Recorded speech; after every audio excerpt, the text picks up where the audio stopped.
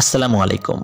স্বাগতম প্রিয় লিসেনার্স, প্রতি সোমবার অনুষ্ঠিত Afnan the horror world YouTube চ্যানেলের নিয়মিত আয়োজন অমীমাংসিত রহস্যের আজকের এপিসোডে।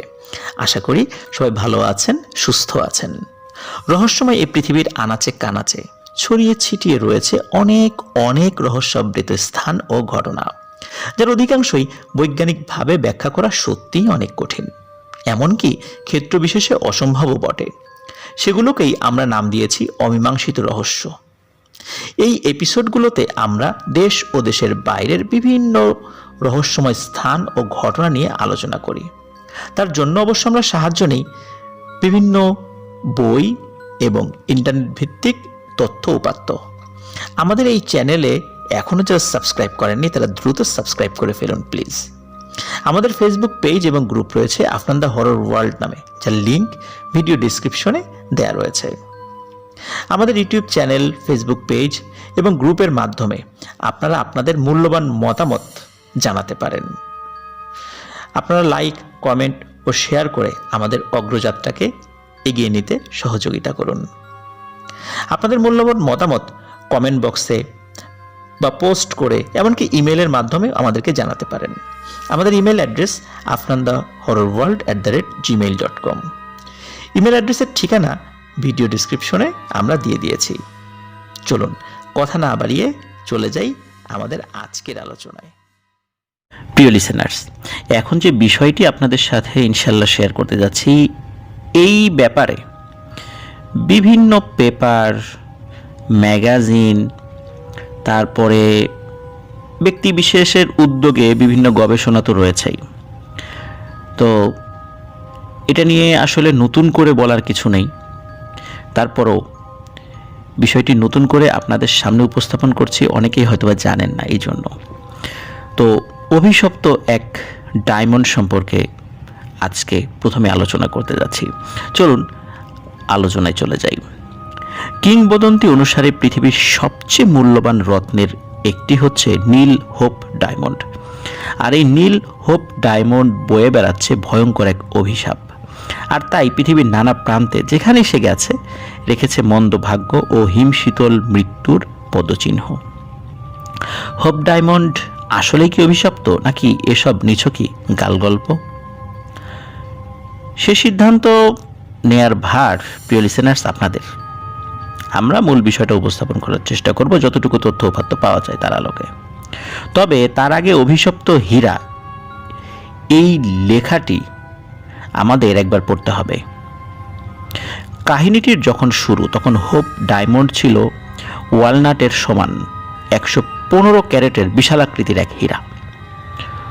ওটা সম্ভবত উত্তোলন করা হয়েছিল ভারতের অন্ধ্রপ্রদেশের গান্তার দিয়াল জেলার কয়লা খনি থেকে। জনশ্রুতি রয়েছে পরাক্রমশালী এক হিন্দু দেবী মূর্তির দু চোখের একটিতে বসানো ছিল ওই হীরা। তারপরই একদিন ভারত ভ্রমণে এলো তাভেরনিয়ার নামে এক ফরাসি স্বর্ণকার। দেবীর চোখে হীরা দেখেই মাথা খারাপ হয়ে গেল তার। স্থির করে ফেলল যেভাবেই হোক ওটা হাতাতে হবে। এক পর্যায়ে সবার অলক্ষ্যে হীরা চুরি করে পালিয়েও গেল তাভেরনিয়ার। এদিকে মন্দিরের পুরোহিতরা যখন বুঝলেন খোয়া গেছে দেবীর চোখের হীরা, অভিশাপ দিলেন তারা। ভয়ঙ্কর এক অভিশাপ। ওই হীরা যার কাছে থাকবে সে এবং তার আশেপাশের সবাই পড়বে মন্দ ভাগ্যের কবলে। আসবে একের পর এক মৃত্যু। যে ওটা স্পর্শ করবে সে হবে হতভাগ্য। তাভেরনিয়ার হীরা চুরি করে সম্ভবত 1642 সালের দিকে। কি অভিশপ্ত জিনিস বয়ে বেড়াচ্ছে গোড়ার দিকে টেরও পেল না লোকটা। ফ্রান্সে ফিরল কোনো ধরনের কোনো ঝামেলা ছাড়াই। আরও 44টি বড় এবং 1112টি ছোট হীরার সঙ্গে বেশ চড়া দামে বিক্রি করে দিল হোপ ডায়মন্ড ফরাসি সম্রাট 14 লুইয়ের কাছে। তারপর টাকা পয়সা নিয়ে রওনা হলো রাশার উদ্দেশ্যে। কেন ওদিকে গেল নিশ্চিত হওয়া যায়নি। হয়তো ওখানে মূল্যবান করে রত্নের খোঁজ পেয়েছিল সে। কিন্তু ততদিনে কাজ শুরু করেছে ভয়ঙ্কর অভিশাপ। পথেই প্রচণ্ড জ্বরে আক্রান্ত হলো তাভেরনিয়ার। কয়েকদিনের মধ্যে মারা গেল সেই জ্বরেই। এখানেই শেষ নয়, উদ্ধার করা সম্ভব হলো না তার মৃতদেহ। গোটা দেহ ছিঁড়ে টুকরো টুকরো করে খেয়ে ফেলেছে হিংস্র নেকড়ের পাল।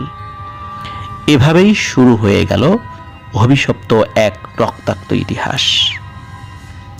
এদিকে তাভের্নিয়ারের কাছ থেকে যখন হীরা কিনলেন রাজা চতুর্দশ লুই, তখন ওটা আকৃতিতে বিশাল হলেও তত নিখুঁত ছিল না। তাই সম্রাটের নির্দেশে হীরা কেটে নিখুঁত করা হলো 1672 সালের দিকে। কাটার পরে তার ওজন হলো 69 ক্যারেট।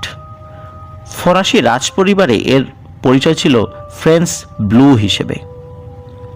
চতুর্দশ লুইয়ের মৃত্যুর পর রত্নটি এলো পঞ্চদশ লুইয়ের হাতে। তার মৃত্যুর পর ওই হীরা এলো ষষ্ঠদশ লুই এবং তার স্ত্রী মেরি আতোয়ানেতের কাছে। আর তাদের কাছে আসতেই আবারও সেই পুরনো অভিশপ্ত খেলা শুরু করে দিল সেই ব্লু ডায়মন্ড। ফরাসি বিপ্লবের সময় প্রথমে কারারুদ্ধ এবং পরে শিরচ্ছেদ করা হলো রাজা ষষ্ঠদশ লুই এবং তার স্ত্রী মেরি আতোয়ানেতের। অনেকেরই ধারণা হোপ ডায়মন্ডের অভিশাপেই এমন করুণ পরিণতি হয়েছে ষষ্ঠদশ লুই ও তার রানীর। হোপ ডায়মন্ড সহ সমস্ত রাজকীয় রত্ন আটক করল নতুন সরকার, কিন্তু সেখান থেকে চুরি হয়ে গেল রত্নগুলো। এর বেশিরভাগই পরে খুঁজে পেলেও হোপ ডায়মন্ড কিন্তু উদ্ধার করা সম্ভব হয়নি ফরাসিদের পক্ষে। 19 শতকে ইংল্যান্ডে আসবার আগে অনেকের দখলে ছিল হোপ ডায়মন্ড। তো তাদের কেউ যেমন এটি ধরে রাখতে পারেনি, তেমন রেহাই পাননি এর সর্বনাশা প্রভাব থেকে। হীরার মায়া কাটাতে না পেরে মরলেন উইলহেম ফলস। হীরাটা চুরি করবার সময় তার ছেলে হেনরিক ফলস তাকে খুন করল। পরে হেনরিক নিজেও আত্মহত্যা করল। একসময় ওই হীরার মালিক হন সাইমন ফ্রাঙ্কেট। তারপরই চরম আর্থিক সংকটে পড়েন তিনি। সাইমন যার কাছ থেকে ওটা কিনেছিলেন সেই জ্যাক কল্ট করেন আত্মহত্যা। সাইমনের হাত গড়ে হোপ ডায়মন্ড এলো রাশিয়ার যুবরাজ কাতিন নৌস্কির হাতে। ধারণা করা হয় তিনি এটা ধার দিয়েছিলেন ফরাসি বান্ধবী লরেন্স লেদুকে। তার প্রিয় বান্ধবীকে গুলি করে মারলেন যুবরাজ। তবে রেহাই পেলেন না নিজেও, খুন হলেন বিপ্লবীদের হাতে। অভিশপ্ত হীরার পরবর্তী বলি স্বর্ণকার সাইমন মন্দারিজ। সপরিবারে হত্যা করা হলো তাকে। অনুমান করা হয় এই হীরার কারণেই সিংহাসন ছাড়তে বাধ্য হন তুরস্কের অধিপতি আব্দুল হামিদ। এর আগে হোপ ডায়মন্ডের জন্য সম্রাট হত্যা করেন তার অনেক সভাসদকে। এরপর অনেকদিন খবর ছিল না হোপ ডায়মন্ডের। তারপর হঠাৎ করেই বিশাল আকারের একটা ব্লু ডায়মন্ডের খোঁজ মিলল ইংল্যান্ডে। বিশেষজ্ঞরা বিশ্বাস করতে শুরু করলেন 45.5 ক্যারেটের এই পাথরটি সেই ফ্রেঞ্চ ব্লুর খণ্ডিত রূপ। 1830-এর দশকের গোড়ার দিকে ইংল্যান্ডে অভিজাত হোপ পরিবারের এক সদস্য কিনে নিলেন রত্নটি। তখন থেকেই এর নাম হলো হোপ ডায়মন্ড। দুর্ভাগ্য পিছু ছাড়ল না হোপদের। পারিবারিক সূত্রে ওই হীরার মালিক হওয়ার পরই লর্ড ফ্রান্সিস হোপকে ছেড়ে চলে গেলেন তার স্ত্রী। আর দেনার ভারে জর্জরিত হয়ে এক পর্যায়ে ওই হীরা বিক্রি করে দিতে বাধ্য হলেন লর্ড ফ্রান্সিস। তবে হোপদের ছেড়ে গেলেও তাদের নাম এখনো বহন করে চলেছে ওই হীরা। কয়েক বছর বাদে ওই হীরা কিনলেন স্বর্ণ ব্যবসায়ী পিয়েরে কার্টিয়ার। কার্টিয়ার এটা নিজের জন্য কেনেননি, বরং ওটা বিক্রি করে টাকা কামানোই ছিল তার উদ্দেশ্য। কার্টিয়ার জানেন কোটিপতি এভালিন ম্যাকলিন রত্ন ভালোবাসেন, আর যেসব রত্নের সঙ্গে জড়িয়ে থাকে মন্দভাগ্য ও অভিশাপ, সেগুলো সংগ্রহ করবার ইচ্ছা তার দুর্বার। মানে তার ইচ্ছাই হচ্ছে এই সমস্ত অভিশপ্ত রত্ন সংগ্রহ করা। অতএব রসিয়ে রসিয়ে হোপ ডায়মন্ডের অভিশাপের কাহিনী তাকে শোনালেন কার্টিয়ার। এভলিন ওই গল্প শুনলেন, সে সঙ্গে গিললেন টোপ। চড়া দামে কিনলেন হীরাটা, কিন্তু যে অভিশাপের কথা শুনে রোমাঞ্চিত হয়ে কিনলেন তা রেহাই দিল না তাকেও। অকালে মরল তার 2 সন্তান। ছেলেটা মারা গেল 9 বছর বয়সে গাড়ি দুর্ঘটনায়। মাত্র 25 বছর বয়সে আত্মহত্যা করল সুন্দরী মেয়েটা। মানসিকভাবে অসুস্থ হয়ে পড়লেন এভলিনের স্বামী এবং প্রচণ্ড আর্থিক সংকটে পড়লেন কোটিপতি এভলিন। 1958 সালে ওই হীরা কেনেন জেমস টড নামের এক ভদ্রলোক। তবে কিনবার পর এর কীর্তি কাহিনী শুনে সাহস রাখতে পারলেন না টড। দান করে দিলেন ওয়াশিংটন ডিসির স্মিথসিয়ান ইনস্টিটিউটে। এখন ওটা ওখানেই। তবে এতেও শেষ রক্ষা হলো না। 1 বছরের মধ্যে মারা গেলেন টডের স্ত্রী, আর আগুনে পুড়ে গেল তার বাড়িটা। হোপ ডায়মন্ড অভিশপ্ত মানতে একেবারেই নারাজ। Hope diamond, the legendary history of the cursed gem বইয়ের লেখক রিচার্ড কারিন। এদিকে তাভের্নিয়ার সত্যি হীরাটা দেবীর চোখ থেকে ছিনিয়ে এনেছিলেন কিনা তা নিয়েও রয়েছে বিস্তর মতভেদ। কোনো কোনো সূত্রের দাবি বুড়ো হয়ে 84 বছর বয়সে রাশিয়ায় মারা গেছে তাভের্নিয়ার। আবার ষষ্ঠদশ লুই হীরার অভিশাপের প্রভাবের শিকার হলেও চতুর্দশ এবং পঞ্চদশ লুইয়ের কেন ক্ষতি হলো না? হোপ ডায়মন্ড কি তাদেরকে কোনো ক্ষতি করলো না? কেন রাজা ষষ্ঠদশ লুইকেই ফরাসি বিপ্লবের প্রেক্ষিতে তাকে শিরচ্ছেদ করে হত্যা করা হলো? তো যদি অভিশাপ সত্যিই হয়ে থাকতো তাহলে তো আগের দুজনেরও সাথে কিছু ঘটার কথা ছিল, তাই নয় কি? চতুর্দশ লুই তো প্রায়ই তার রিবনে ঝুলিয়ে ওই হীরাটা পরে থাকতেন। এদিকে ষষ্ঠদশ লুইয়ের হাতছাড়া হওয়ার পর ফ্রান্স থেকে চুরি যাওয়া এবং ইংল্যান্ডে পৌঁছাবার মাঝে যেসব মানুষ এর অভিশাপের শিকার হয়েছেন বলা হয়, ইতিহাস তাদের অনেকেরই অস্তিত্বকে নাকি স্বীকারই করে না যে তারা কেউ ছিলেন এই পৃথিবীতে। কেউ কেউ এও দাবি করেছেন হোপ ডায়মন্ডে ঘিরে জন্ম নেওয়া ঘটনাগুলো নিছক কাকতালীয় বিষয় ছাড়া আর কিছুই নয়। তবে এতগুলো ঘটনা কি নিছক কাকতালীয়? তা এক অমীমাংসিত রহস্য।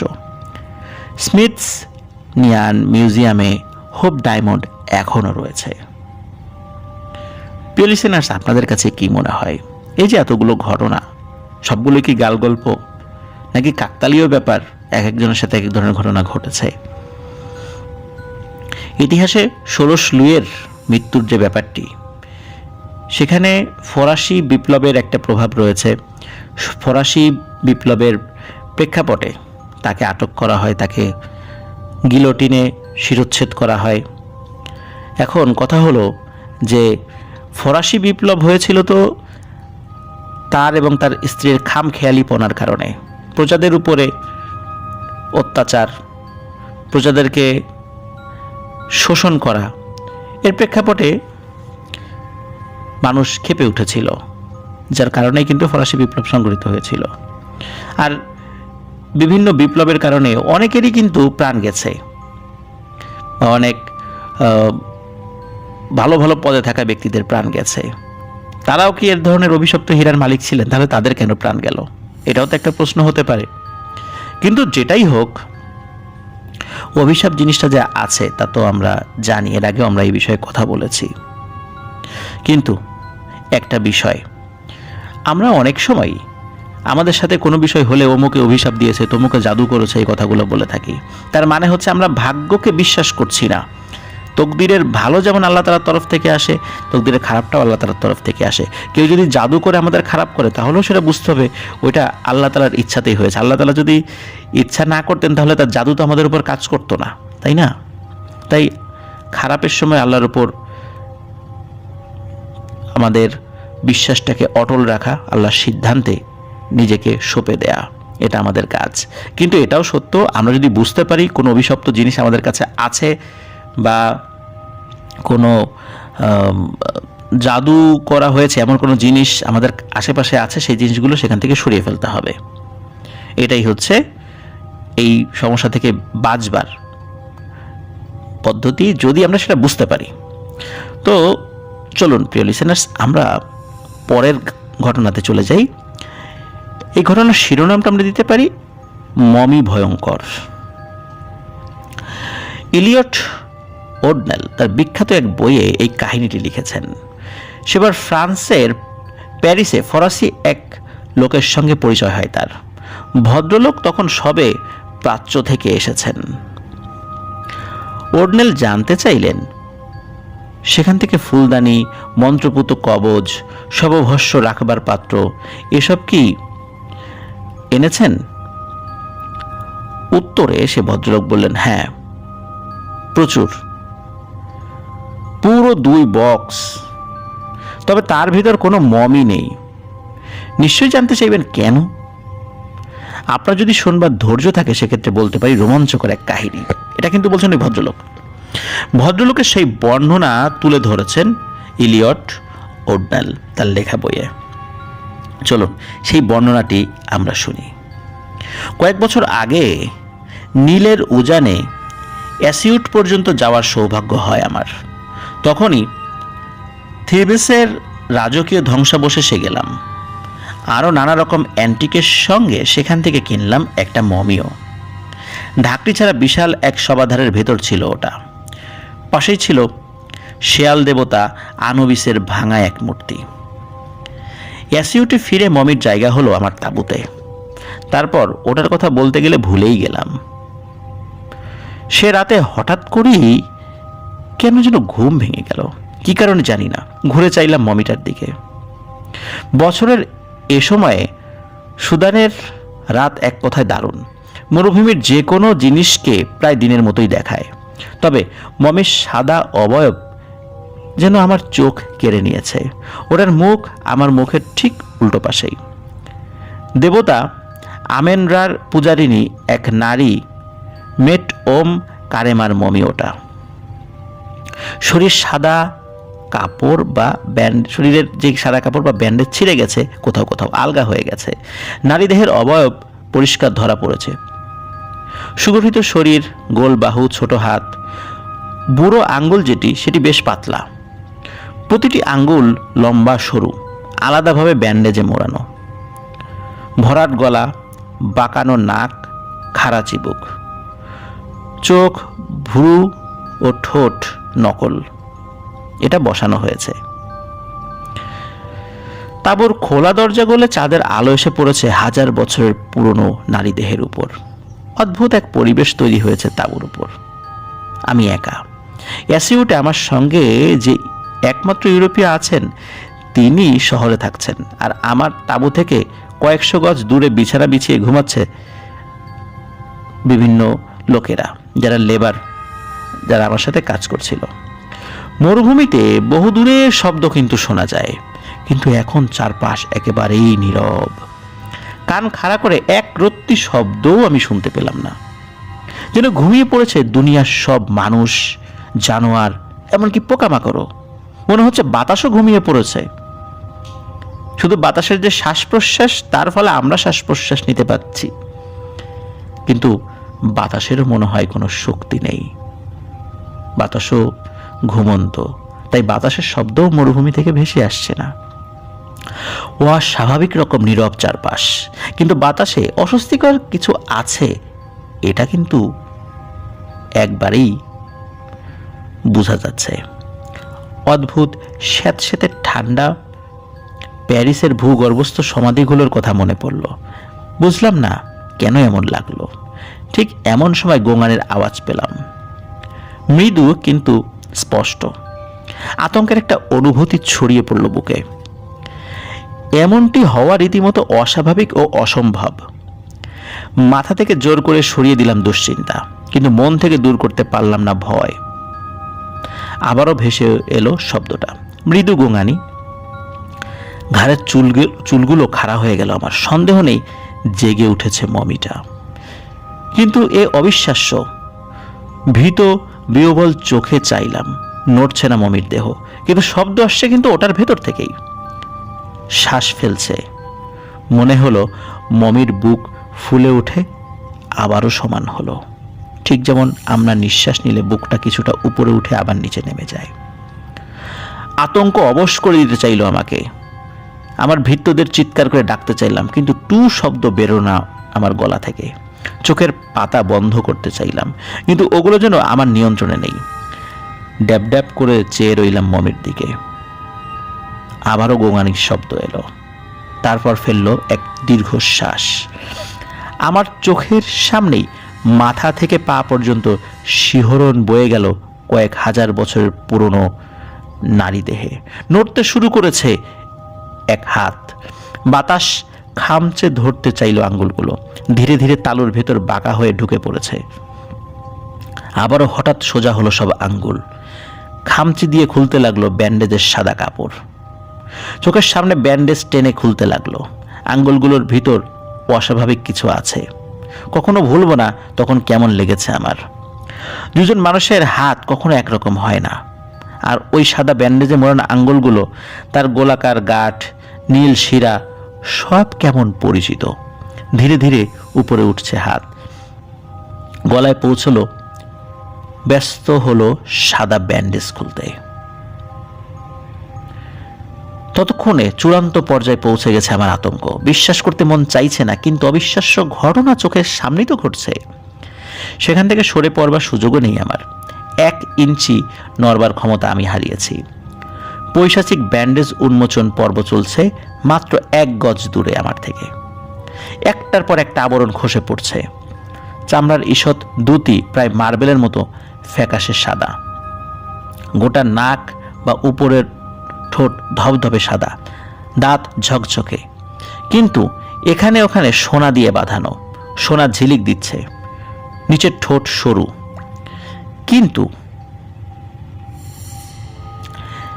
এই মুখ কোথাও তো আমার কাছে চেনা চেনা মনে হচ্ছে, কোথাও যেন দেখেছি। না, সম্ভব নয়। তবে কি স্বপ্ন দেখছি? এ কি কল্পনা না বাস্তব? একে একে খসে পড়ছে 1000 বছরের আগের সব ব্যান্ডেজ। মেয়েলি ধারালো চিবুক, কপালের উপর অংশে কালো, মসৃণ দীর্ঘ চুল, কপাল সাদা, ভ্রু কালো, হালকা পেন্সিলের আঁচড় তাতে। সবশেষে দেখা গেল চোখ জোড়া। আমার বিস্মিত চোখ দুটোর সঙ্গে মিলিত হতে চাইল ওই চোখ দুটো, যেন হেসে উঠল। পরিষ্কার চিনলাম, ওগুলো আমার মায়ের চোখ। ছোটবেলায় আমাকে ছেড়ে চলে গেছেন চিরতরে। সীমাহীন উন্মাদনা ছড়িয়ে পড়ল আমার শরীরে। লাফিয়ে উঠে দাঁড়ালাম। এদিকে উঠে দাঁড়িয়েছে মমি, মুখোমুখি হলো আমার। বাম হাত বাড়ালাম তাকে জড়িয়ে ধরবার জন্য, কারণ তাকে দেখে আমার মায়ের মতো মনে হচ্ছে। পৃথিবীতে আমি তাকেই সবচেয়ে বেশি ভালোবেসেছি। আর তাকে যখন আমি জড়িয়ে ধরবার চেষ্টা করছি আবেগে, কিন্তু সে আমার স্পর্শ এড়ানোর জন্য তাঁবুর এক পাশে সরে গেল। তার সামনে আমি হাঁটু গেড়ে বসলাম, তার পায়ে চুমু দিলাম। কিন্তু কার পায়ে চুমু দিলাম? আমার মার পা নয়, বহুকাল আগে কবর হয়ে যাওয়া এক মৃতদেহর পায়ে চুমু দিয়েছি। ঘৃণা ও ভয় অসুস্থ করে তুলল আমাকে। চট করে মুখ তুলে চাইলাম। ঝুঁকে আছে সে, পরিষ্কার চিনলাম। এখন দেখি 1000 বছর আগেই পৃথিবী ছেড়ে বিদায় নেওয়া এক মৃতদেহের চামড়া মাংসহীন ক্ষয়ে যাওয়া মুখ ওটা। ভয়ে আতঙ্কে কাঁপতে কাঁপতে লাফ দিয়ে পিছিয়ে এলাম। পালাতে হবে আমাকে। আবারও চোখ গেল মমিটার দিকে, কিন্তু এবার দেখলাম ওটা শুয়ে আছে মাটিতে, স্থির। শরীরে আগের মতোই সাদা ব্যান্ডেজ, আর তার উপর ঝুঁকে শিয়ালের মতো চোখ নিয়ে ক্রূর দৃষ্টিতে চেয়ে আছে আনুবিস, ভয়াল এবং অশুভ। এমন সময় রাতের নীরবতা ভাঙল। আমার ভৃত্য আসছে এদিকেই, আর ঠিক সেই মুহূর্তে বিদায় নিল ভৌতিক ছায়ামূর্তি। তাঁবুতে যথেষ্ট থেকেছি, আজ রাতে আর এখানে থাকতে চাই না। ছিটকে বেরিয়ে এলাম বাইরে। সকাল পর্যন্ত জ্বলন্ত সিগারেট ঠোঁটে বাইরে হাঁটলাম। এরপর কোনো মতে নাস্তা শেষে মমিটা ফিরিয়ে দিয়ে এলাম থিবিসে। না মিস্টার ওডনেল, এখনও নানা বিষয় আমি সংগ্রহ করি, তবে আর মমি সংগ্রহ আমি করি না, এটাই বলেছিলেন তিনি। আর ওনার এই ঘটনাটি ইলিয়ট ওডনেল তার বিখ্যাত এক বইয়ে লিখেছিলেন, যে তিনি কিভাবে ওই মমিটি দেখেছিলেন। প্রিয় লিসেনার্স, মমির অভিশাপ, এই বিষয়টা কিন্তু অনেক পুরনো। বলা হয় প্রাচীন মিশরীয়রা যখন মৃতদেহকে মমি বানাতো, তখন বিভিন্ন ধরনের তন্ত্র মন্ত্র পড়ে ওই মমিকে অভিশপ্ত করে দিত।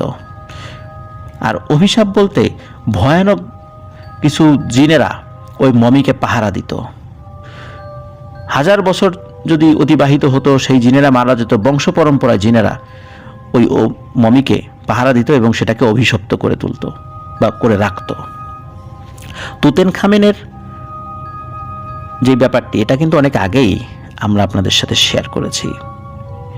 তো যাই হোক, আসলে ওই মমিটার সাথে কি অভিশাপ ছিল, কেনই বা উনি রাত্রে এরকমটা দেখেছিলেন, এই বিষয়টির রহস্য কিন্তু উনি উদ্ঘাটন করতে পারেননি। আর এই কারণেই এই ঘটনাটি অমীমাংসিত রহস্যের তালিকায় স্থান পেয়েছে। প্রিয় লিসেনার্স, চলুন আমরা চলে যাই আমাদের পরবর্তী বিষয়ে। ভুতুড়ে বাড়ি। অতিপ্রাকৃত কাণ্ডের জন্য দুর্নাম রয়েছে এমন বাড়ির কিন্তু কোনো অভাব নেই প্রিয় লিসেনার্স। দেশে বিদেশে অনেক ভুতুড়ে বাড়ি রয়েছে, বাংলাদেশেও ভুতুড়ে বাড়ির অভাব নেই। কোনোটাতে তো রীতিমতো বিভীষিকাময় অভিজ্ঞতার মুখোমুখি হয়েছেন অনেকেই।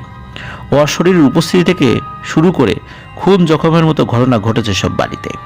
বাধ্য হয়ে এমন অনেক বাড়ি থেকে শেষমেশ পালাতে বাধ্য হয়েছেন বাসিন্দারা। তেমন কিছু বাড়ি নিয়েই আলোচনা শুরু করি। শুরুটা করব 50 বার্কলে স্কয়ার। বার্কলে স্কয়ারের ভীতিকর সব কাণ্ড ভবগুরুদের ওখান থেকে দূরে রাখার জন্য ছিল যথেষ্ট। 19 শতকের ঘটনা। লন্ডনে আশ্রয়হীন অবস্থায় ঘুরে বেড়াতে গিয়ে বার্কলে স্কয়ারে ঢুকে পড়ল 2 নাবিক। এ সময় তাদের নজরে পড়ল 50 নম্বর দালানে টুলেট ঝুলছে। রাতের মতো ঠাই মিলল ভেবে বেআইনিভাবে ভিতরে ঢুকে পড়ল তারা। এক নাবিকের পকেটে একটা মোমবাতি ছিল, ওটা জেলে সিঁড়ি বেয়ে উপরে উঠে এলো দুজনে। শীতের হাত থেকে বাঁচতে ফায়ারপ্লেসে আগুন ধরালো তারা। তারপর শোবার ঘরের বিশাল খাটে শুয়ে পড়ল। ঘুমিয়ে পড়তেও দেরি হলো না তাদের, খুবই ক্লান্ত ছিলেন তারা। বড়জন হয়তো ঘন্টাখানেক ঘুমিয়েছে তারা। এ সময় সিঁড়ি বেয়ে দরজার দিকে উঠতে থাকা পদশব্দে ঘুম ভেঙে গেল তাদের।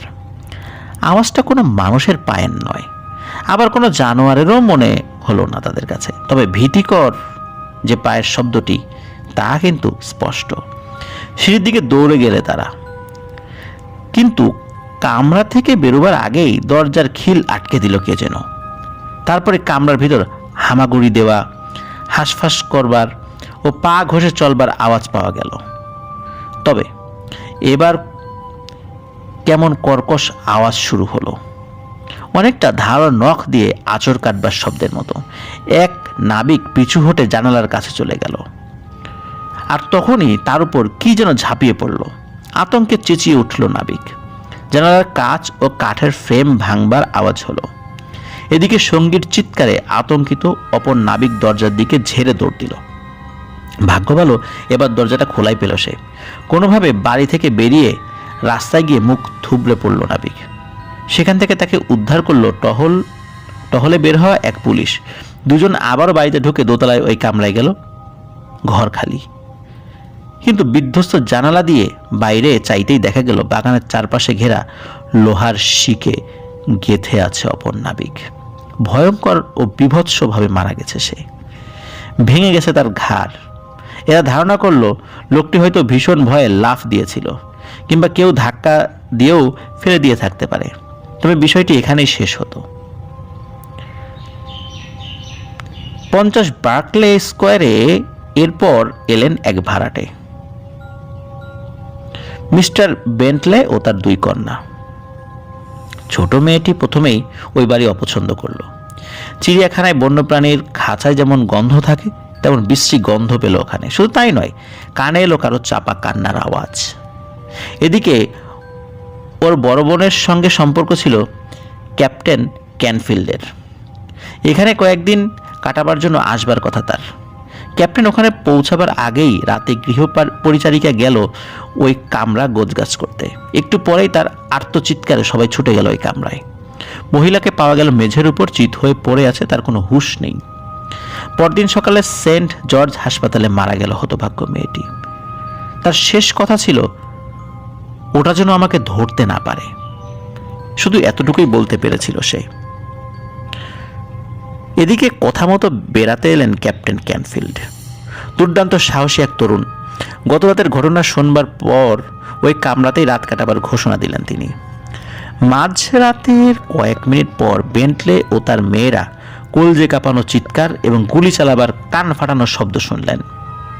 দৌড়ে গিয়ে দেখলেন মাটিতে পড়ে আছেন ক্যাপ্টেন। আগের রাতে গৃহ পরিচারিকা ওভাবেই পড়েছিল। তার চোখ দুটো বিস্ফোরিত এবং মাথার নিচে সেনাবাহিনীর খালি পিস্তল। কিন্তু ক্যাপ্টেনের শরীরে বুলেটের ক্ষত পাওয়া গেল না। প্রচণ্ড ভয় পেয়ে মৃত্যু হয়েছে তার, কিন্তু আসলে কেন এবং কিভাবে সে ভয় পেয়েছিল সেটি তো সে বলে যেতে পারেনি। ডাক্তার আসবার পর মন্তব্য করলেন সিস্টার বেন্টলে ভীষণ আতঙ্কে মারা গেছে। তারপর বললেন, এখানে ভয়ের কি থাকতে পারে যে কারো চেহারায় এমন আতঙ্ক ফুটে উঠবে? চিকিৎসক বললেন, এটা এমন কিছু যা পৃথিবীর কোনো কিছু হতে পারে না, অন্য কিছু। তারপর বললেন, আমি কি ভাবছি বলবো না, নইলে ভাববেন আমি পাগল হয়ে গেছি। ডাক্তার বলেছিলেন আর কি। বার্কলে স্কয়ারের ভুতুরে ঘটনার এখানেই শেষ নয়।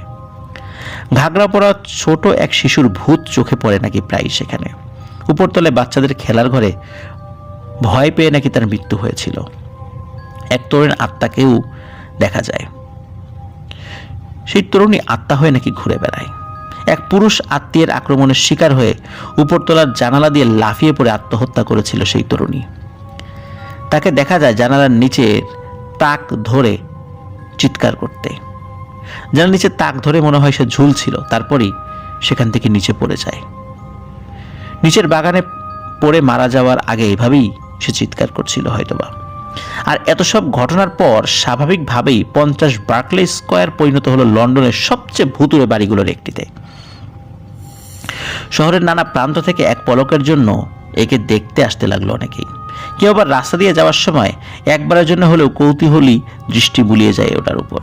তবে লর্ড লিটলটন সে জনা কয়েক সাহসী মানুষের একজন তিনি, যিনি ওই বাড়ির উপরতলার সবচেয়ে ভুতুরে কামরায় স্বেচ্ছায় এক রাত কাটাবার সিদ্ধান্ত নিলেন। অশুভ শক্তিকে মোকাবেলা করবার পূর্ব প্রস্তুতিও নেন লর্ড।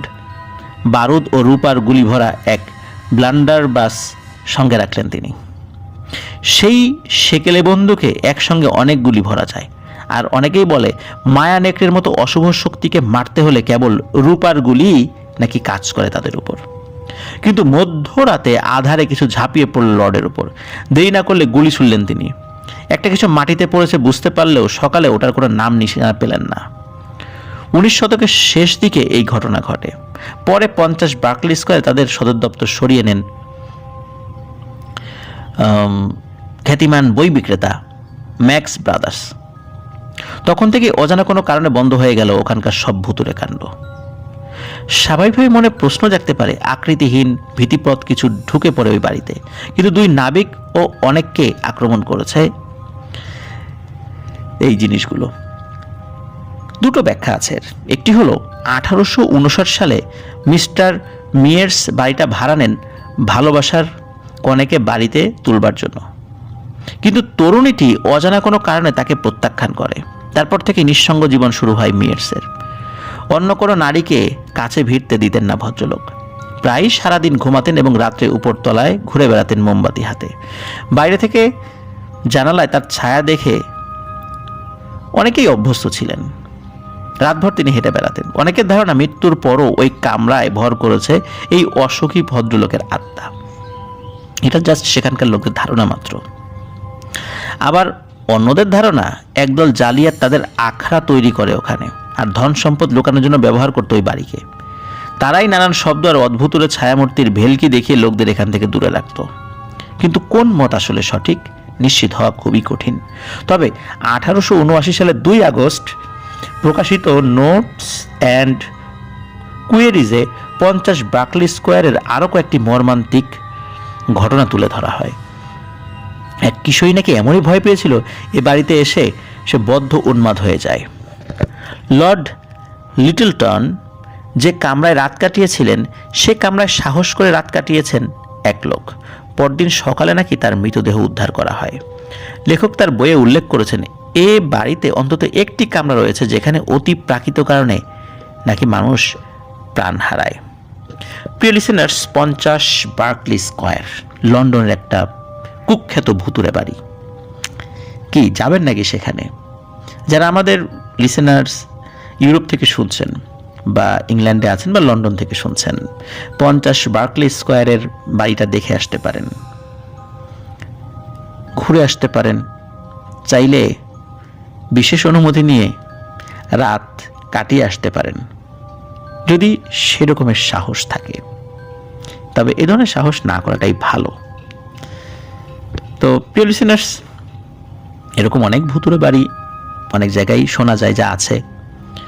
তো আমরা বাংলাদেশে এরকম অনেক ভুতুড়ে বাড়ির কথা শুনি যে সেখানে এই ধরনের ভয়ানক কর্মকাণ্ড হয়। চলুন আমরা এই বিষয়ে কথা না বাড়িয়ে পরবর্তী ঘটনাতে চলে যাই। পরবর্তী ঘটনার শিরোনাম আমরা দিব রহস্যময় মহিলা। আয়ারল্যান্ডের ডাবলিনের সঙ্গীত মহলে নাম ডাক ছিল মিসেস জি কেলির। এ অভিজ্ঞতা হয়েছিল তার 19 শতকের শেষ দিকের ঘটনা। মিসেস কেলি প্রথম ভূতটাকে দেখেন বেশ নাটকীয়ভাবেই।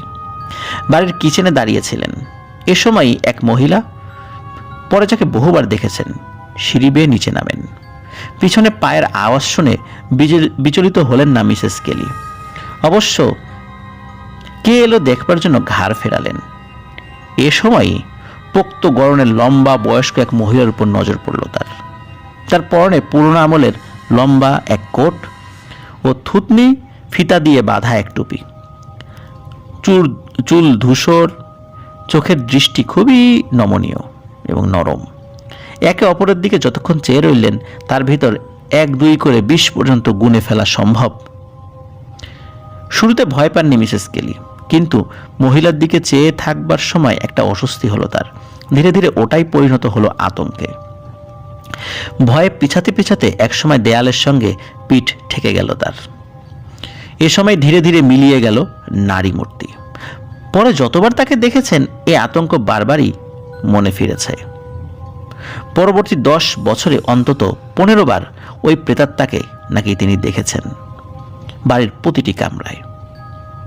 এ রহস্যময় আগন্তুকের বিশেষ বৈশিষ্ট্য ছিল, কোনো বিশৃঙ্খলা, অসামঞ্জস্য দু চোখে তিনি দেখতে পারত না।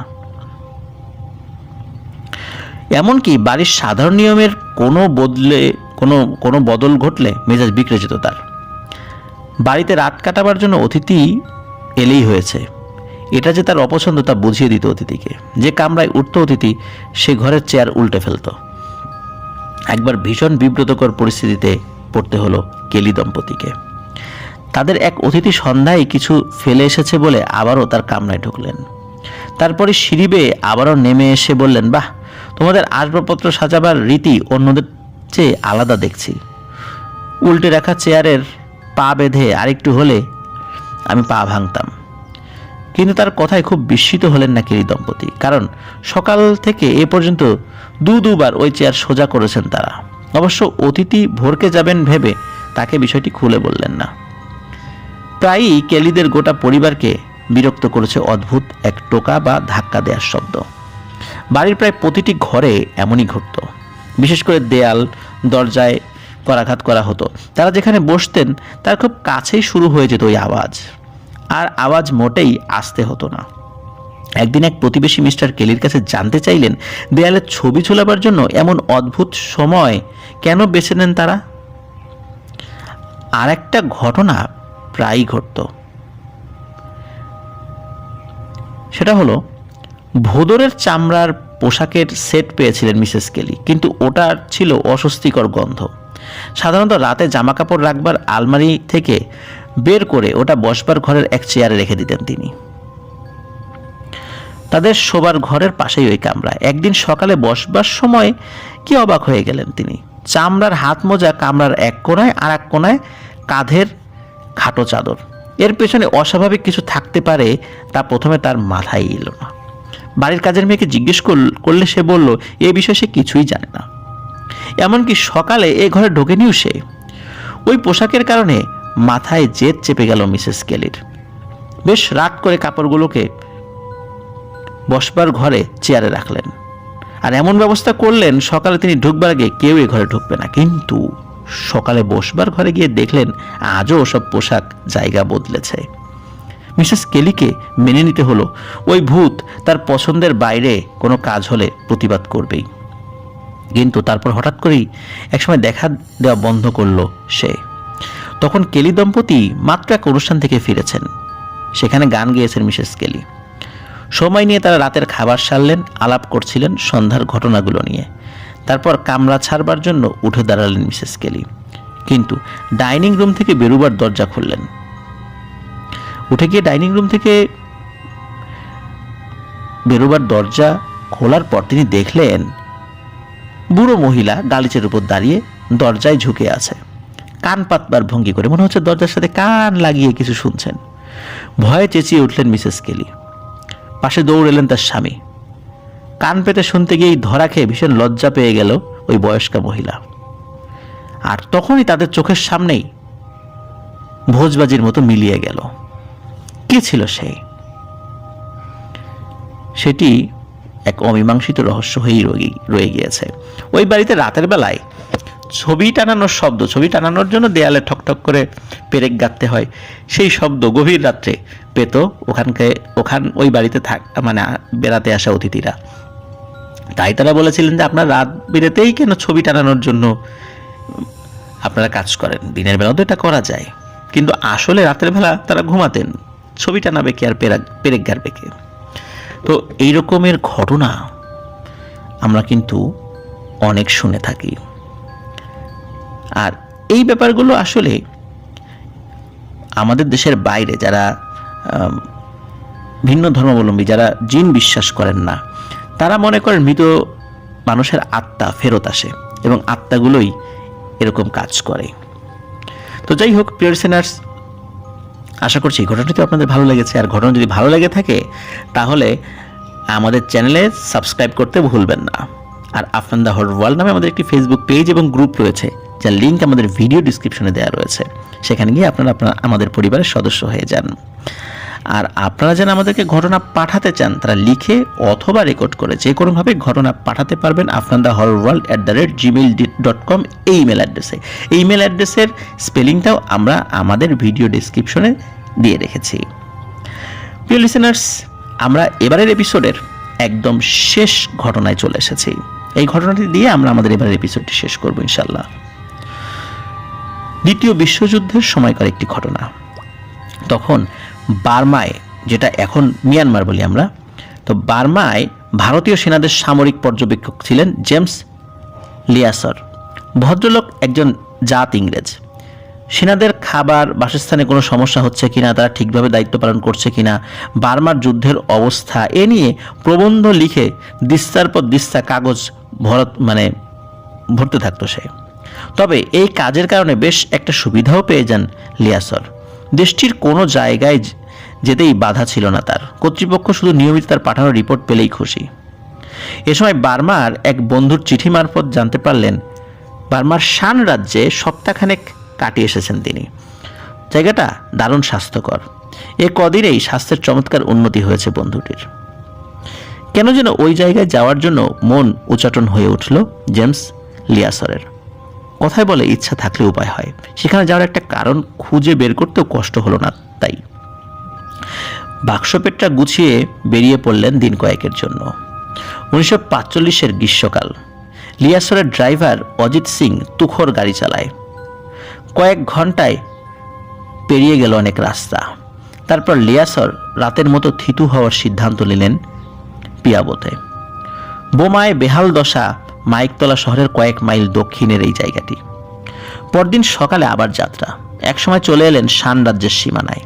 এখান থেকে দুর্গম এক রাস্তা সাপের মতো পেঁচিয়ে শান পাহাড় কেটে 5000 ফুট উপরে উঠে গেছে। সরু পথ, কখনো এক পাশে পাহাড়, অপর পাশে খাদ, কখনো আবার দুপাশেই খাদ। নিচে চাইলে দেখা যায় কেবল কালিগোলা অন্ধকার। একটু এদিক সেদিক হলেই কয়েক হাজার ফুট নিচে গিয়ে পড়তে হবে গাড়ি সমেত। এদিকে সকাল থেকে তুমুল বৃষ্টি, পাহাড়ি নদী ফুলে ফেপে উঠেছে। মৃত বন্যপ্রাণীর মৃতদেহ, গাছপালা ভেসে যাচ্ছে স্রোতের তোরে। কিন্তু নিরাপদেই পাহাড়ের শেষ বাঁক পেরিয়ে ক্যালে পৌঁছলেন লিয়াসর। শান রাজ্যের প্রধান শহর ক্যাল। এখানে যখন পৌঁছলেন তখন ভর দুপুর। এমনিতেই দীর্ঘ ভ্রমণে ক্লান্ত হয়ে পড়েছেন দুজনে। তারপর এসেই শুনলেন আর এক হতাশাজনক খবর।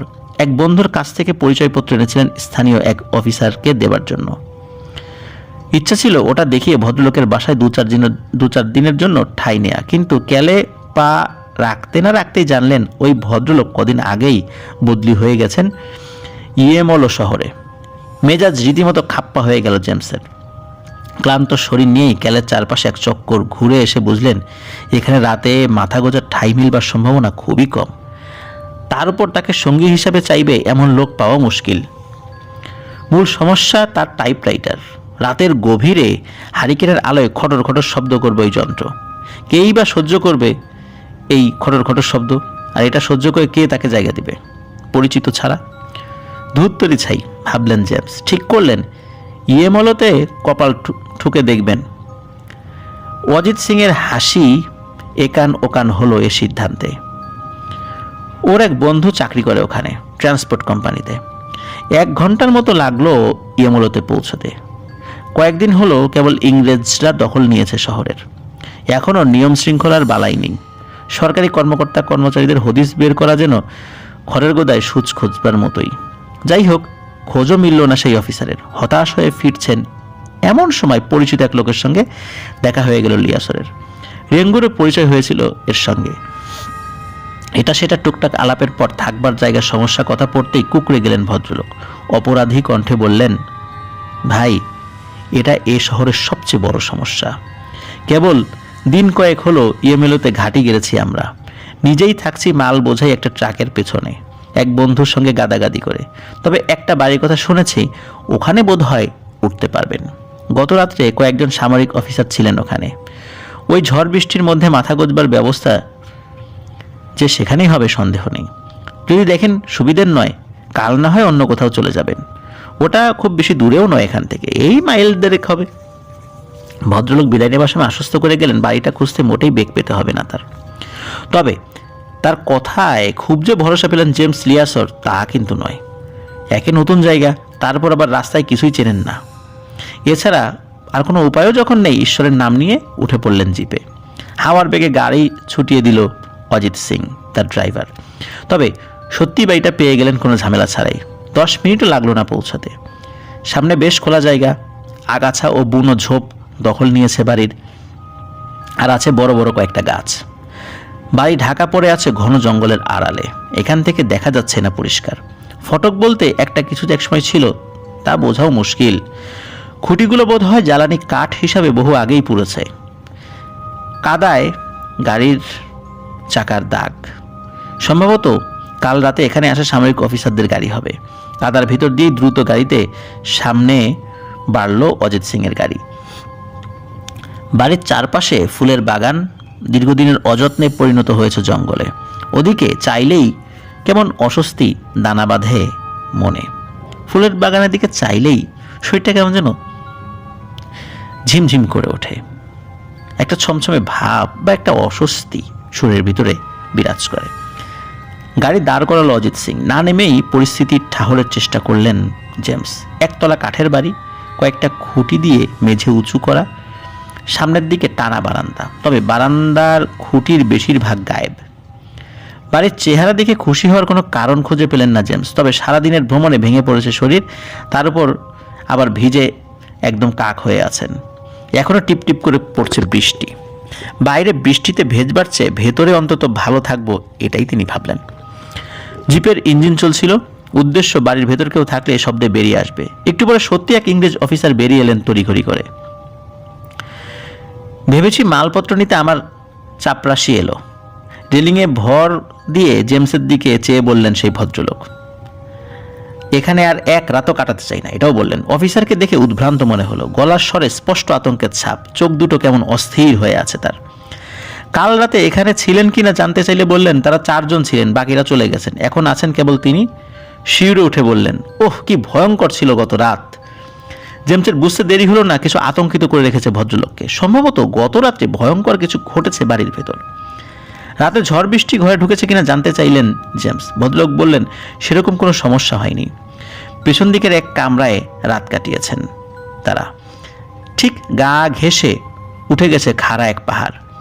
স্থানীয় লোক বলে ইউমাজি পাহাড় এটা। সেই পাহাড়ের নাম হচ্ছে ইউমাজি। তো কামরায় ঢুকবার পরই অস্বস্তিকর অনুভূতি আঁকড়ে ধরছিল তাকে। তাদের মনে হয়েছিল কেউ অলক্ষ্যে নজর রাখছে তাদের দিকে। বারবার ঘুম ভেঙেছে, ভয় লেগেছে পাহাড়ের উপর থেকে অজানা কিছু হামলে পড়বে তাদের উপর। ভদ্রলোক হয়তো আরও কিছু বলতেন। রাতের আসল কাহিনী সম্ভবত শুরুই করেননি। তারপরেই শব্দ হলো একটা ইঞ্জিনের। একটু পরেই একটা বড় ট্রাক এসে দাঁড়ালো। গাড়ির চালক ও অজিত সিং মিলে মাল সামান সব তুলে দিল। অফিসারটি এক মুহূর্ত আর থাকতে চাইল না, বললেন, এ বাড়ি ছেড়ে কেটে পড়তে পারলে বাঁচি। কুয়াশার কারণে পাহাড় দেখতে পাচ্ছেন না এখন, তবে যখন চেহারা দেখাবে তখন এখানে এসেছেন বলে আফসোস করবেন কিন্তু। একথা বলে অফিসার থামলেন। অফিসারের কথা হেসে উড়িয়ে দিতে চাইলেন জেমস। ঠিক তখনই উঁচু পাহাড়টাকে ঘিরে রাখা কুয়াশার পর্দা সরে গেল হঠাৎ করে অদৃশ্য কারো আঙ্গুলের ইশারা মনে হলো। কেনই হঠাৎ করে সরে গেল? মেঘলা আকাশের পটভূমিতে ওটার চেহারা দেখলেই বুক কেঁপে উঠল জেমসের। গাছপালা দিয়ে ঢাকা পাহাড়টা যেন অশুভ দৃষ্টিতে তাকিয়ে আছে বাড়ির দিকে। কেঁপে উঠলেন অফিসারটি, বললেন, কি ঠিক বলেছি না? একটু পরে স্নায়ুর উপর চাপ পড়বে আপনার। যদি ভালো চান এখানে রাত কাটাবার চিন্তা বাদ দিয়ে শহরে চলুন। তারপর কথা না বাড়িয়ে এক ছুটে উঠে পড়লেন ট্রাকে। একটু পরেই হারিয়ে গেল ওটা দৃষ্টির আড়ালে। একটু পর ইঞ্জিনের শব্দও পাওয়া গেল না।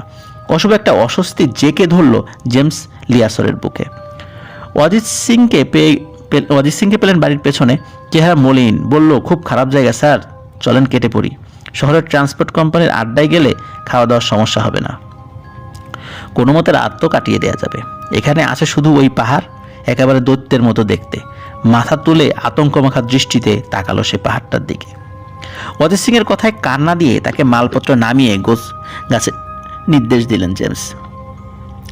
নিজে বাড়ি ঘুরে ফিরে দেখতে লাগলেন। যতই দেখলেন এখানে এসেছেন বলে নিজের উপর খুব রাগ হতে লাগলো তার। বাড়ির প্রতিটি জিনিসের আয়ু শেষের পথে। হেঁটে যাবার সময় মচমচ শব্দ তুলছে কাঠের মেঝে। মনে হয় তক্তা ভেঙে পা এখনই ভেতরে আটকা পড়বে। কেবল একটা দরজার কপাট রয়েছে, ওটা লাগাতে যেতেই দরাম করে খুলে পড়ল মেঝের উপর। ঘরের ভিতর পচা ভ্যাপসা গন্ধ, বন্ধ হয়ে আসতে চাইছে দম। হঠাৎ মনে হলো বাইরে থেকে তার নাম ধরে কেউ ডাকছে। জেমস দৌড়ে গিয়ে কাউকে পেলেন না। ভাবলেন মনের ভুল। এ জায়গা গোড়াতেই অপছন্দ করেছেন বলে মনের উপর তার চাপ পড়েছে। ইতিমধ্যে মোটামুটি তার ঘর গোছগাছ করে ফেলেছেন অজিত সিং। সামনের ঘরে জেমসের থাকবার ব্যবস্থা, পেছনের এক ঘর বাছাই করেছে নিজের জন্য। হাত ঘড়ি দেখলেন জেমস, এখনই বেরিয়ে পড়া উচিত। 6টায় কর্নেল ব্যারোর সঙ্গে দেখা করবার কথা। অজিত সিংকে বললেন লঙ্গরখানা থেকে খাবারের ব্যবস্থা করতে, তারপর জিপ নিয়ে নিজেই বেরিয়ে পড়লেন। কর্নেলের অফিস খুঁজে নিতে ঝামেলায় পড়তে হলো না মোটেই। কর্নেলের কাছে তার কার্ড পাঠিয়ে এই অফিসের এক কর্মচারীর সঙ্গে গল্প জমালেন। কোথায় উঠেছেন জিজ্ঞেস করতে জানালেন জঙ্গলের ধারের বাড়ির কথা। সঙ্গে সঙ্গে লোকটার মুখ ফ্যাকাশে হয়ে গেল। অস্থিরভাবে জানতে চাইলেন, ওখানে যেতে স্যার কে বলল আপনাকে? হয়তো আরও কিছু বলতেন, এমন সময় এক চাপরাশি এসে জানালো কর্নেল ডেকেছেন। পরে জেমসের বারবার মনে হয়েছে ওই কর্মচারীর সব কথা শুনলে হয়তো আরও শক্তভাবে সামলাতে পারতেন পরিস্থিতি। সবাই যে ওই বাড়িকে অপদেবতার আস্তানা মনে করে, কাছে ধারে ভেরে না, সে তথ্যটা হয়তো পেয়ে যেতেন। কর্নেল ব্যারোর কাছ থেকে যখন বিদায় নিলেন ততক্ষণে নেমে এসেছে আধার। বাইরে বইছে শো শো হাওয়া। কিছুটা বিরতি দেওয়ার পর আবারও মুষলধারে বৃষ্টি শুরু হয়েছে। জিপের হুড তুলতে গিয়ে ভিজে একসা হয়ে গেলেন। বাড়ির সামনে যখন এলেন ঘড়িতে রাত 9টা। কাদা ঠেলে সাবধানে এগুলেন গাড়ি নিয়ে। এ সময় চোখ গেল বারান্দায়। রেলিংয়ে ভর দিয়ে তার দিকে তাকিয়ে আছে এক ছায়ামূর্তি। এ আর যাই হোক অজিত সিং নয়। অজিত লম্বা চিকন আকৃতির, আর এ বেটে বেশ মোটাসোটা শরীর। তাহলে একে? চমকে উঠলেন জেমস। এতই অবাক হলেন কখন ইঞ্জিন থামিয়ে দিয়েছেন সেটা তিনি টেরও পাননি। হুশ ফিরতে আবারও চালু করলেন ইঞ্জিন, আর তা করতে গিয়ে মুহূর্তের মধ্যে চোখ সরিয়ে নিয়েছিলেন। চোখ ফেরাতেই দেখলেন লোকটা অদৃশ্য হয়েছে। হেডলাইটের রশ্মিতে বন্যা বইছে সামনের দিকে, কিন্তু লোকটাকে দেখা গেল না কোথাও। হঠাৎই শীত লেগে উঠল জেমসের। রীতিমতো কাঁপুনি ধরে গেল সারা শরীরে। গাড়ি থামালেন বারান্দার সিঁড়ির দিকে। গলা চড়িয়ে ডাক দিলেন অজিত সিংকে। একটু পরে বন্দুক হাতে বেরিয়ে এলো সে। বৃষ্টির ছাট থেকে বাঁচতে মাথায় পড়েছেন একটা টুপি। হেডলাইটের আলোয় চোখ সইয়ে নিতে সময় লাগলো একটু। তারপর জেমসকে দেখে তিনজন হাফ ছেড়ে বাঁচলেন। বারান্দায় কে ছিল, কে এসেছে? ভ্রু কুচকে জানতে চাইলেন জেমস। মাথা নড়ল সিং। বোঝা গেল অবাক হয়েছে, যেন একটু ভয়ও পেয়েছে। আর যাই হোক, এ বাড়িতে চোর ডাকাত আসবার কোনো কারণ নেই। অস্বস্তি বাড়ছে দুজনেরই। এতক্ষণে আকাশে চাঁদ থাকবার কথা, হয়তো মেঘের আড়ালে লুকিয়েছে, আবার পাহাড়ের চূড়ার ওপাশেও আছে, এটাও ভাবলেন জেমস। বাড়ির ভিতর ঘুটঘুটে অন্ধকার। হেডলাইটের আলোয় বারান্দায় উঠে এলেন। ঘরে ঢুকে বুঝলেন এত অন্ধকারের কারণ কি। হারিকেন জ্বালা হয়নি এখনো। একটু বিরক্ত হয়েই জিজ্ঞেস করলেন, এখনো জ্বালনি কেন? বাতি তো জ্বলেনি সাহেব, হতাশার সুরে বলল অজিত সিং। তা কিভাবে সম্ভব? অবাক হয়ে ভাবলেন জেমস। টর্চ জেলে চারদিকে দেখলেন, মেঝের উপর হারিকেন, চারপাশে অন্তত গোটা 30 ম্যাচের কাঠি পড়ে আছে। অজিত সিং চেষ্টা কম করেননি, ভাবলেন জেমস। পরীক্ষা করে দেখলেন হারিকেন কেরোসিনে ভর্তি, সলতেও নতুন। তাহলে আলো জ্বলল না কেন? জেমস কোনো উত্তর পেলেন না মন থেকে। বন্দুক হাতে ঠায় দাঁড়িয়ে থাকা অজিত সিংকে দেখে মনে হলো কোনো অমঙ্গলের আশঙ্কা করছে। কেন যেন শরীর কেঁপে উঠল তারও। জিপের আলো নিভিয়ে ইন্সপেকশন ল্যাম্প ও ব্যাটারি খুলে আনবার নির্দেশ দিলেন। ল্যাম্পটা রাতে আলো দেবে। অজিত সিং অদৃশ্য হাতেই টর্চ নিভিয়ে দিলেন। ওটার ব্যাটারি শেষ হলে মুশকিলে পড়তে হতে পারে। আলো নিভে যেতেই অন্ধকারের একটা কালো চাদর যেন ঢেকে দিল তাকে। ঢোক গিললেন বারবার, মনের ভয় কাটাবার চেষ্টা করলেন। এমন সময় কিছু উড়ে এলো মাথার উপর। আতঙ্কে চেঁচিয়ে উঠলেন জেমস, লাফিয়ে পড়লেন একপাশে। এ সময় ফিরল অজিত সিং, আর তখনই নিজ বোকামি ধরতে পেরে হেসে উঠলেন জেমস। আরে ওটা বাদুর, এমন পোড়া বাড়িতে বাদুরের আড্ডাখানা হবে, এটাই তো স্বাভাবিক। ব্যাটারির সংযোগ দিতেই পুরো ঘর ভেসে গেল আলোর বন্যায়। প্রথমবারের মতো একটু স্বস্তির পরশ পেলেন দুজনে। মেঝে থেকে ফুট আষ্টেক উঁচুতে দেয়ালে মরচে পড়া এক পেরেক, ওখানে ল্যাম্প লটকে দেয়া হলো। এবার ক্যাম্প খাটের উপর সুস্থির হয়ে বসলেন জেমস। টেনে নিলেন টাইপরাইটার। শুরু হলো খটর খটর খট। বৃষ্টি পড়ছে ঝমঝম করে। বারান্দার পাশেই একটা নালা, ওদিক দিয়ে তুমুল বেগে বইছে বৃষ্টির পানি। একটা সিগারেট ধরাতে না পেরে মেঝেতে বসে জেমসের কাজ দেখতে লাগলো হতাশ অজিত সিং। ভাব দেখে মনে হলো এ কামরা ছেড়ে নিজের ঘরে যেতে নারাজ, সে ভয় পেয়েছে। অবশ্য অজিত সিং রাতে এখানে যদি থাকে বা রাত কাটায়, তাহলে জেমস অখুশি হবেন না। সত্যি তার মধ্যে অশুভ অনুভূতি ছড়িয়ে দিয়েছে বাড়ি। রাত 10টা বাজতে না বাজতেই দেখলেন কাজে মন দিতে পারছেন না তিনি। অযথা কাগজ নষ্ট না করে কাজ থামিয়ে উঠে চলে গেলেন দরজার দিকে। বহু আগেই লোপাট হয়েছে আসল দরজা। ঝড় জলের হাত থেকে রেহাই পেতে একটা গ্রাউন্ড শিট ঝুলিয়েছে অজিত। ওটা কাজ করবে পর্দার বাইরে, উকি দিলেন জেমস। ঘন অন্ধকারে কিছুই নজরে পড়ছে না। অবিরাম বৃষ্টির শব্দ। আবারও ফিরলেন ক্যাম্প খাটের ধারে। অজিত সিং ইতোমধ্যে হাত পা ছড়িয়ে ঘুম দিয়েছে। মশারির ভিতর ঢুকতে যাবেন জেমস, এমন সময় পিছনের দরজায় জোর করাঘাতের শব্দ হলো। দরজার কবাট খুলে পড়ছিল। পরে দুজন মিলে মালপত্র ঠাসা দুটো কাঠের বাক্স দিয়ে দরজাটা কেবল সোজা করে দাঁড় করিয়ে দিয়েছেন। শব্দটা বেশ জোরালো। ঘুমন্ত অজিত সিংও জেগে উঠেছে। লাফ দিয়ে বন্দুক বাগিয়ে ধরল সে। দরজা খুলবেন না সাহেব, আতঙ্কিত কণ্ঠে বলল। জেমস বলল, আরে এত ভয় কিসের? হয়তো পুরনো কড়িকাঠ খুলে পড়েছে। এখন দেয়ালে ঘা দিচ্ছে বাতাসের ঝাপটা লেগে। কিংবা বারান্দায় যে নাদুস নাদুস লোকটাকে দেখেছিলাম, সে এখন ঠাই চাইছে। হেসে অভয় দেওয়ার চেষ্টা করলেন জেমস। আপনি যাকে দেখেছেন ও মানুষ না, ও কোনো প্রেত হবে। কেউ মরতে আসবে না এই ঝড়ের রাতে, এটা বলল অজিত সিং। ওর কথা শেষে কয়েক মুহূর্ত কেটে গেল। কি করবেন স্থির করতে পারলেন না জেমস। এমন সময় বিকট শব্দে কপাট ভেতর থেকে আছড়ে পড়ল। কাঠের বাক্স দুটো ছিটকে গেল। ঘরের ভিতর বয়ে গেল ঝড়ো হাওয়া। দেয়ালে ধাক্কা খেয়ে চুরমার হলো ল্যাম্পের বাল্ব। আধারে ঢেকে গেল কামরা। তখনই অস্বাভাবিক অনুভূতি হলো জেমসের। মনে হলো চুপিসারে ভেতরে ঢুকেছে কেউ। চেহারা দেখা যাচ্ছে না, কিন্তু উপস্থিতি ঠিকই টের পাওয়া গেল। জিনিসটা ভীষণ অশুভ। সারা শরীর ভয়ে কাটা দিয়ে উঠল জেমসের। অজিত সিংয়ের চিৎকার শোনা গেল। তারপরই কান ফাটানো শব্দে ফুটল গুলি। দেরি না করে টর্চের সুইচ টিপলেন জেমস। পাজামার পকেট থেকে বের করলেন রিভলভার। পেছনের দরজার দিকে টর্চের আলো ফেলে চেঁচিয়ে উঠলেন, যদি কেউ থাকো চুপচাপ দাঁড়িয়ে থাকো, নইলে গুলি করব, এটা বললেন। কিন্তু কোনো রিপ্লাই পাওয়া গেল না।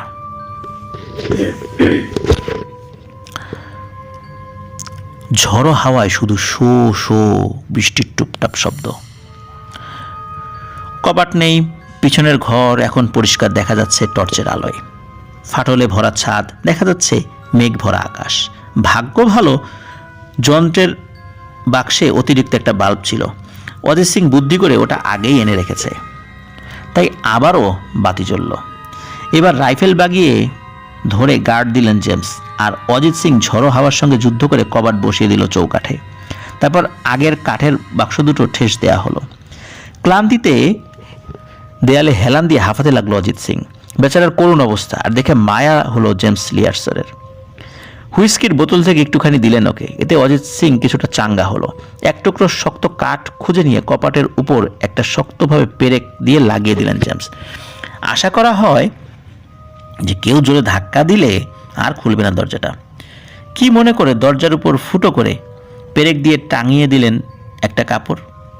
সামনের দরজা যেখানে ছিল, হঠাৎ সেখানে এখন অজিত সিংয়ের গ্রাউন্ড শিট ঝুলছে, ওখানেও একটা কাপড় ঝুলিয়ে দিলেন। এখন আর কেউ তাদের অগোচরে ঢুকতে পারবে না। এবার আশ্বস্ত হলেন জেমস। মশারির ভিতর ঢুকে পড়লেন, আবার বালিশের নিচে রাখলেন রিভলভার, আর বাতি না নিবেই ঘুমোতে গেলেন দুজনে। কতক্ষণ ঘুমিয়েছেন বলতে পারবেন না, হঠাৎ ঘুম ভেঙে গেল জেমসের। চোখ খুলে কিছুই দেখলেন না, ঘুটঘুটে অন্ধকার, নিভে গেছে আলো। কয়েক মুহূর্তে বিছানায় পড়ে রইলেন তিনি। তারপর টর্চের আলো ফেললেন ল্যাম্পের উপর। প্রথম বাল্বের মতোই পরেরটাও ভেঙে গেছে। ঘরের বাইরে কোনো আওয়াজ নেই, শুনশান। আগেই থেমে গেছে ঝড়। এবার টর্চের আলোয় আশ্চর্য বিষয়টি আবিষ্কার করলেন জেমস। কাপড়ের দুই টুকরো আগের মতোই, অর্থাৎ কামরায় ঢুকেনি কেউ। তাহলে কিভাবে ভাঙলো বাল্ব? ভেবে কুল কিনারা পেলেন না জেমস। টর্চের আলোয় দেখলেন অজিত সিং ঘুমাচ্ছে। বেচার উপর দিয়ে গিয়ে অনেক ধকল গেছে আর কি, আর ডাকতে ইচ্ছা হলো না তাকে। জেমস ঠিক করলেন বাকি রাত জেগে কাটিয়ে দেবেন। বিছানায় এলিয়ে দিলেন শরীর। হাতের কাছে থাকলো রিভলভার। কান খাড়া, বাইরে আশ্চর্য রকম নীরবতা, এমনকি ব্যাং বা ঝিঝির ডাকও নেই। তারপর যখন টের পেলেন তখন ভীষণভাবে শিউরে উঠলেন। কে যেন ফিস ফিস করে কথা বলছে, আর শব্দটা আসছে দূর থেকে। স্পষ্ট শোনা যায় না কথাগুলো, তবে পৈশাচিক কিছু যে এগিয়ে আসছে গুটি গুটি পায়ে, তার কোনো সন্দেহই, আসলে সন্দেহের কোনো অবকাশই নেই। মিনিট 10 ভুতুরে ফিসফিস শব্দ শুনলেন। কারো গলায় কফ জমলে যেমনটা হয়, অনেকটা তেমন ফ্যাসফ্যাসে শব্দ। একেবারে কাছে এলো না, বুঝলেন না একটা শব্দ। তারপর থেমে গেল হঠাৎ করেই, যেমনটা শুরু হয়েছিল। পিছনের দরজায় আবার আওয়াজ পেলেন করাঘাতের। তারপর হুড়মুড় করে নামলো বৃষ্টি, বইতে শুরু করলো ঝড়ো হাওয়া। আরও অপেক্ষা করবার সাহস ছিল না অজিত সিংকে। ডেকে তিনি তুলে ফেললেন। কু গাইছে তার মন, এবার ঘটবেই কোনো একটা অঘটন। মনের উপর যেন অসহনীয় চাপ পড়ছে, বুঝিয়ে বলতে পারবেন না কাউকে। এবার রাইফেল হাতে পর্দা দেওয়া দরজার সামনে পাহারায় থাকলো অজিত সিং। পেছনের দরজার দিকে রিভলভার তাক করে রাখলেন জেমস। ঠিক যখনই মাথার উপর উঠতে শুরু করলো বাদরগুলো, যেন ভয়াবহ কিছুর উপস্থিতি টের পেয়েছে ওরা। ঝমঝম বৃষ্টি করছে, গুরু গম্ভীর শব্দে ডাকছে মেঘ। হঠাৎ হঠাৎ বিদ্যুতের ঝলকানিতে আলোকীয় হয়ে উঠছে কামরা। অবশ্য আর কোনো অঘটন ছাড়াই ভোর এলো। দরজার ফাঁক গলে আলোর মৃদু রেখা আসতেই হাঁপ ছাড়লেন দুজনে। বিছানায় এলিয়ে দিলেন ক্লান্ত দেহ। সকালে যখন ঘুম ভাঙলো জেমসের, তখন বাজে 7টা। দিনের আলোয় অনেকটা কেটে গেল ভয়, কিন্তু অজিত সিং ইতিমধ্যে গোছগাছ শুরু করেছে। বোঝা গেল যে এখানে সে আর থাকতে চায় না। নাস্তা খাওয়া শেষে ভালো করে পেছনের ঘর পরীক্ষা করলেন জেমস। পুরনো বিধ্বস্ত ঘর, কড়িবর্গা ঝুলছে, কিন্তু এমন ভাঙা তক্তা বা কাঠ পেলেন না যেটা দরজায় আঘাত করতে পারে। অবশ্য দিনের আলোয় মনে হলো রাতে যেসব ঘটনা অলৌকিক লেগেছে হয়তো সেগুলোর কোনো ব্যাখ্যা থাকতে পারে। অনেকটা ঠাট্টার ছলে অজিত সিংকে কথা বলতেই সে এত জোরে মাথা নাড়ল যেন মাথা তার ধর থেকে খসেই পড়বে। না সাহেব, আর এক রাতে এখানে না, এটা বলল।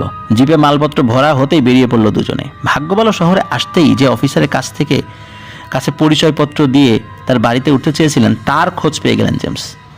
এরপর দেরি না করে ভদ্রলোকের কোয়ার্টারে উঠে পড়লেন।